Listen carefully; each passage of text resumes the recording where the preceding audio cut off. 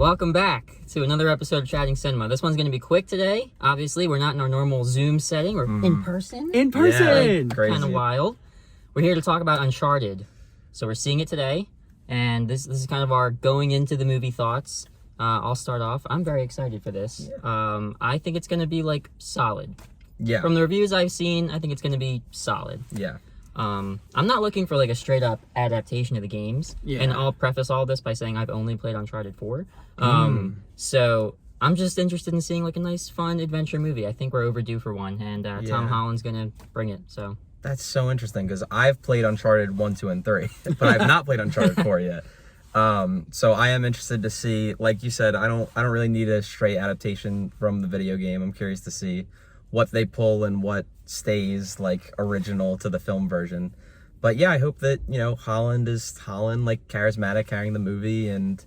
like you said, a fun adventure movie. I'm not expecting The Mummy. I'm not expecting anything that good. But, if it's as good as Jungle Cruise, I'll be fine. That level of adventure, fun, some of the jokes land, I'll be satisfied. I don't have high hopes, but I'm just hoping for a good time.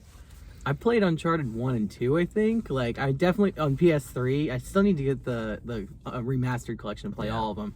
But I just hope that it doesn't suck. I just want it to be fun, because at the end of the day, video game movies don't need to break ground. If you want to break ground with video game stories, play them. I just want the movies to be fun and continue the love for it. Sonic wasn't an Oscar-worthy movie, but it was certainly a fun one. Same with Detective Pikachu, although I would fight for some of those performances. But, I just hope that this is a fun movie, and I hope Mark Wahlberg's not in it a lot. I don't know if that's going to happen, but... I think he's going to be in a lot.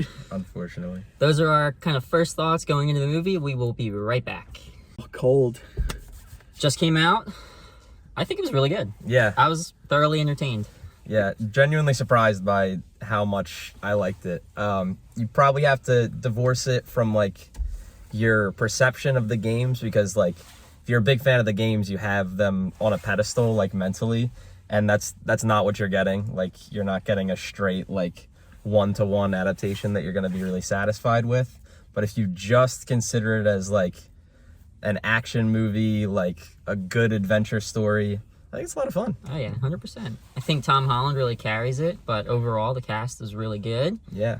Big fan of the music, and the direction, the set pieces, really solid overall. Fleischer surprising me. Yeah. I really want to go home and play Uncharted now. Yeah, that's kind of the general consensus. We're going to go play the games now. Which, I think really you just have to accept that video game movies aren't ever going to be the game you played, and that when you're watching it, it's a different experience. And like with Detective Pikachu, where it's not your typical Pokemon story, this really isn't an Uncharted game story, but it had a lot of the elements that make it really fun. So if you go into it with that mindset of just let's have fun, the three of us had a really good time. We were laughing, and I said I didn't want to see Mark Wahlberg, and you know what? He did all right. I can't be that mad. There was a couple really sully moments out of him, so...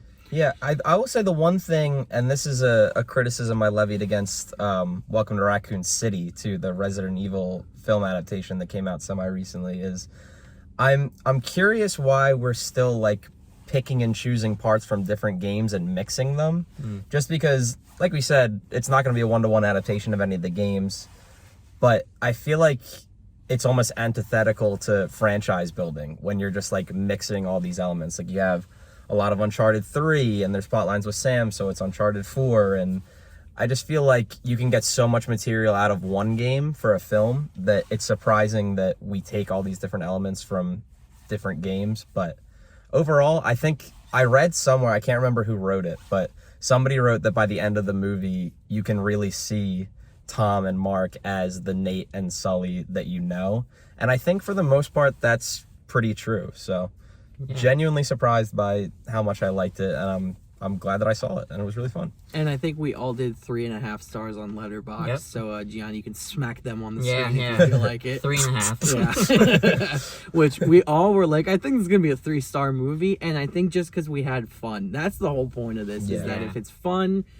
I mean, that's why we do this, people. We love movies. And also, I love that we're recording in person. The last time we did was March of 2020. But that's the great thing, is we all kind of went into it saying, all right, we want to see a 3-star movie at the end of this. And we ended up all being surprised by how much we liked it. So that was really neat. And one last thing I want to say without any spoilers, but kind of going off of what Flynn said, the movie rewrites Nate and Sully in a lot of ways. And I think by the end, it does really work. You kind of see them as the fully realized Nathan Drake and Sully. So we'll see where the sequels go, if they get made. But It's got to make a lot of money to do that. Yeah, I don't know. Alrighty. Well, that wraps up our review of Uncharted. Go see it. Have fun. We'll see you in the next one.